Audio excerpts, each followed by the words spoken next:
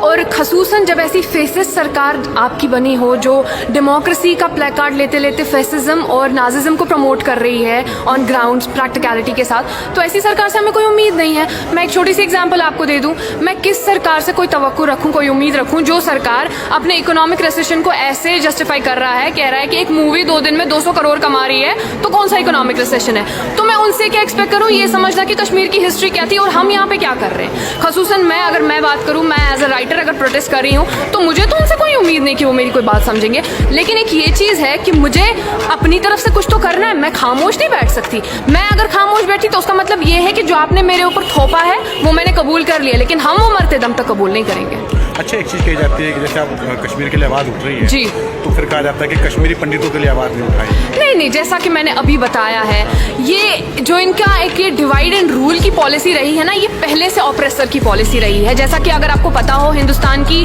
History भी उठाकर हम देखें, हिंदुस्तान का फ्रीडम स्ट्रगल भी हम उठाकर देखें, उस टाइम पे जो ऑप्रेसर था उनकी भी ये पॉलिसी रही डिवाइड एंड रूल, और वो सक्सेसफुल रहे और हिंदुस्तान को बहुत सफ़र करना पड़ा उसकी वजह से। यही कार्ड आज ये कश्मीर में खेल रहे हैं, कश्मीरी पंडित को सामने ला के, कश्मीरी पंडित का कार्ड खेल के अपने इस डिसीजन को ये करें। लेकिन मैं कश्मीर की तरफ से बोल रही हूँ, मैं कश्मीरी मुस्लिम की तरफ से बोल रही हूँ। मुझे ये मत कहो कि तुम कश्मीरी पंडित हो या कश्मीरी मुस्लिम हो। सफ़र हर एक ने किया है, सफ़र कश्मीरी पंडित ने भी अपनी जगह किया, सफ़र कश्मीरी मुस्लिम ने भी किया, तो मुझे दर्द बराबर का है। मैं एज अ पंडित भी अपना दर्द बयान कर सकती हूँ, मैं एज अ मुसलमान भी अपना दर्द बयान कर सकती हूँ, मैं लद्दाखी का भी दर्द बयान कर सकती हूँ, मैं जम्मू वाले का भी दर्द बयान कर सकती हूँ। तो मुझे ये कह के डिवाइड करने की कोशिश ना करे और अपने इन गंदे ख्यालात को इन चीज़ों के पीछे छुपाने की कोशिश ना करे। अच्छा, एक चीज़ कही जाती है जो कश्मीर के लिए बोलता है उसे देशद्रोही कहा जाता है। जैसा कि आप खुद कह रहे हैं, जो कश्मीर के लिए बोलता है, हम क्यों ना बोले? हमारी आपने ऐसी हालात कर दी है, पिछले 70 से ज़्यादा दिनों में आपने हमें हाउस अरेस्ट करके रखा है, कश्मीर को आपने स्टैगनेट करके रखा है, हम बात क्यों ना करें? मुझे आप ये बताइए, जिस एबनॉर्मल सिचुएशन को आप नॉर्मल सी कह रहे हैं, कश्मीर के स्टूडेंट की बात लीजिए आप। मैं एक स्टूडेंट हूँ, मुझे कश्मीर से भाग के आना पड़ा। क्यों? क्योंकि मुझे आगे कोई फ्यूचर ही अभी नजर नहीं आ रहा था वहाँ पे। आपने कश्मीर को 70 साल पीछे धकेल दिया है, तो हम क्यों ना बात करें? हम क्यों ना आवाज़ उठाए अपनी? हम आवाज़ उठाएंगे, भले ही आपकी नज़र में वो देशद्रोही है। अगर मैं आप ही की हिस्ट्री में से आपको एग्जाम्पल दे दूं, जब भगत सिंह ने आवाज़ उठाई थी, उनको भी अंग्रेजों ने देशद्रोही और टेररिस्ट का नाम दिया था, लेकिन हम जानते हैं Bhagat Singh was a revolutionary. सो बोलने दीजिए इनको जो ये बोलेंगे, हम जानते हैं हम क्या काम कर रहे हैं। सरकार का दावा तो है कि धारा 370 के हटाए जाने से जो विकास होगा, समृद्धि आएगी। देखिए, ये वैसी बात फिर हो रही है कि इनको अपने जो इन्हें कारनामे अंजाम दिए हैं, जो इन्हें ब्लंडर्स किए हैं, उनको जस्टिफाई करने के लिए इनको कुछ ना कुछ तो करना है। और जैसा कि इनने मीडिया हाउसेस पे भी इतनी पाबंदियां लगा रखी है, जैसा हम देख सकते हैं कि मीडिया भी ओपनली आवाज नहीं निकाल पा रहा है अपनी। क्योंकि उनको उन पे भी अभी हमारा जो सरकार है, सरकार का एक वो नाजी एरा मुझे लग रहा है हमारे सामने आया हुआ है, बिल्कुल वैसा ही हिटलर राज चल रहा है हमारा। तो उस वजह से कि जो असल बात है वो सामने नहीं आ रही है। आप डेवलपमेंट वगैरह का बोल रहे हैं, अभी आज़ाद साहब ने भी कहा कश्मीर खुद अपनी GDP संभाल सकता है। भैया, आप अभी अपनी इकोनॉमी पे ध्यान दीजिए, आप बाद में कश्मीर की डेवलपमेंट की बात कीजिए। जैसे अब सर्दी शुरू हो जाएगी जी, और पाबंदियां लगभग 3 महीने हो गए जी, और अभी कोई हटने का कोई इम्कान नहीं आ रहा। जी, तो कश्मीरी को इससे भी ज्यादा और दिक्कत होगी। कश्मीरियों को इतनी दिक्कत होगी कि क्या सरेंडर कर देंगे सरकार के सामने? कश्मीरी सरेंडर कभी नहीं करेगा। ना कश्मीरी ने पिछले 70 सालों से सरेंडर किया, ना कश्मीरी आगे कभी सरेंडर करेगा।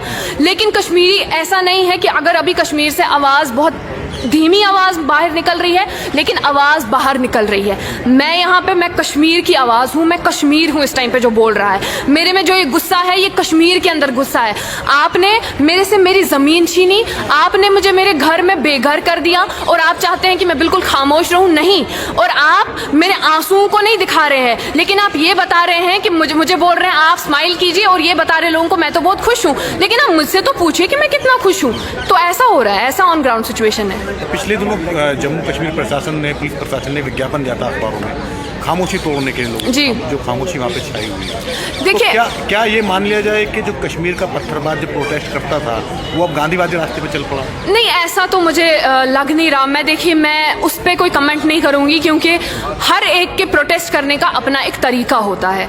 मैं अपने तरीके से प्रोटेस्ट कर रही हूँ, मैं अपने कलम के जरिए प्रोटेस्ट कर रही हूँ, लेकिन वो इंसान जिसके घरों में घुस के CRPF वालों ने उनकी माँ बहनों के साथ गलत किया है, और इस आड़ में आके AFSPA अफसपा की आड़ में आके जिस जवान को फेस करना पड़ा, वो तो उठ के उनके हाथ में तो पत्थर ही है ना।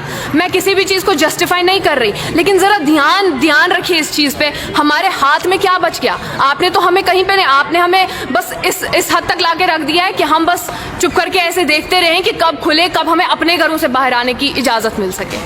तो मुझे ऐसा लग नहीं रहा, जैसा कि आप कह रहे हैं कि वो चीज़ें कम होंगी या वो गांधी का रास्ता चुनेंगे। हम भी गांधी के रास्ते को ही चुनना चाहते हैं, लेकिन अफसोस की बात यह है कि हमें रहने नहीं दिया उस रास्ते पे।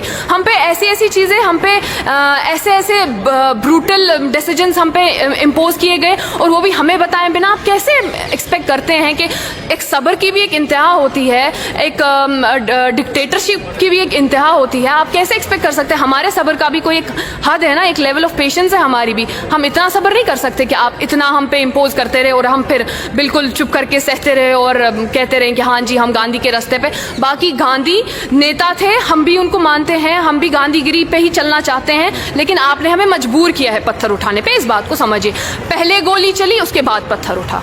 जी, तो आपको लगता है कि आपकी लड़ाई जो है स्टेट के खिलाफ है, सीधी वो शक्तिशाली स्टेट के खिलाफ है? आपको उम्मीद है कि आप जीत पाएंगे, आप सफल हो पाएंगे?